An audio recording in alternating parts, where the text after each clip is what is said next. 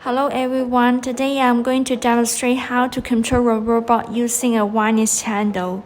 Before operating, please keep in mind that the app's auto start service will activate automatically once the robot is up and running. You can then use the handle to control the robot. However, if you have been exploring OpenCV and Medium Pi games and want to return to using the handle, you will need to manually enable the app's auto start service in the terminal.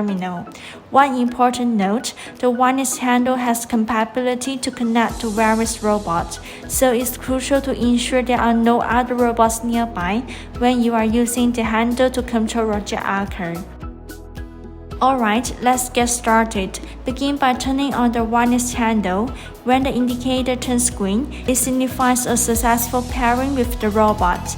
Now push the left joystick and you will have control over your robot's forward and backward movements.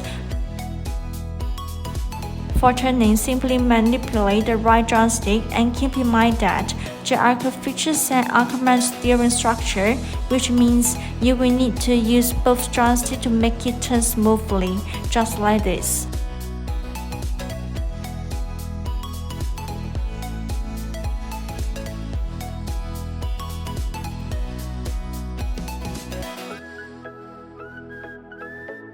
To make the robot move forward or backward, you can rely solely on the left joystick.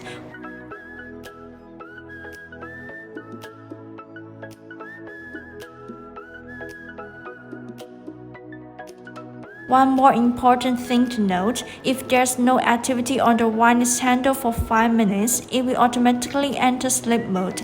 You can press start key to activate the handle. Okay, that's all the demonstration. Thanks for watching.